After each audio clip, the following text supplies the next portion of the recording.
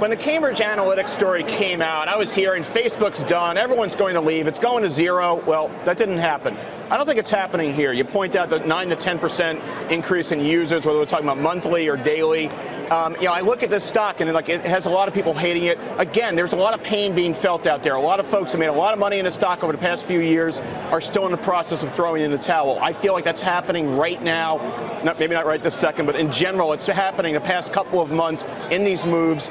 I still say, the kind of growth that these companies can show in terms of advertising works. One thing Facebook has to look out for, as well as Alphabet, they have Amazon in their rear view right now, and it's kind of like that when the Terminator 2 is coming after you in the ad business. So look, maybe that's a Facebook issue, but overall, this sector still, this is where the growth is. There was reference earlier to the fact that this stock trades at 20 times earnings. One of the reasons that we've seen the stock decline so much is not just concern about the fundamentals, but frankly a substantial turnover in the investor base, going from growth investors to largely value investors to some extent.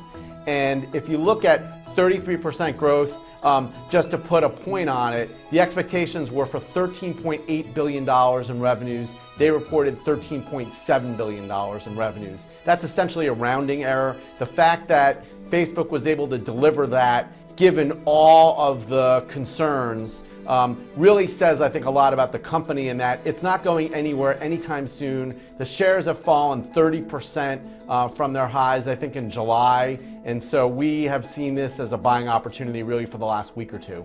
Clearly the knee-jerk reaction, because Facebook's a top-line growth story. When you're trading at 9 times price to sales and the headline is that you miss your top-line number, that's it. Your market's going to take you to the woodshed. But when you peel back the onion, the fact that they increased their headcount 45% and they were able to beat earnings by that much, that's why you see the stock trending.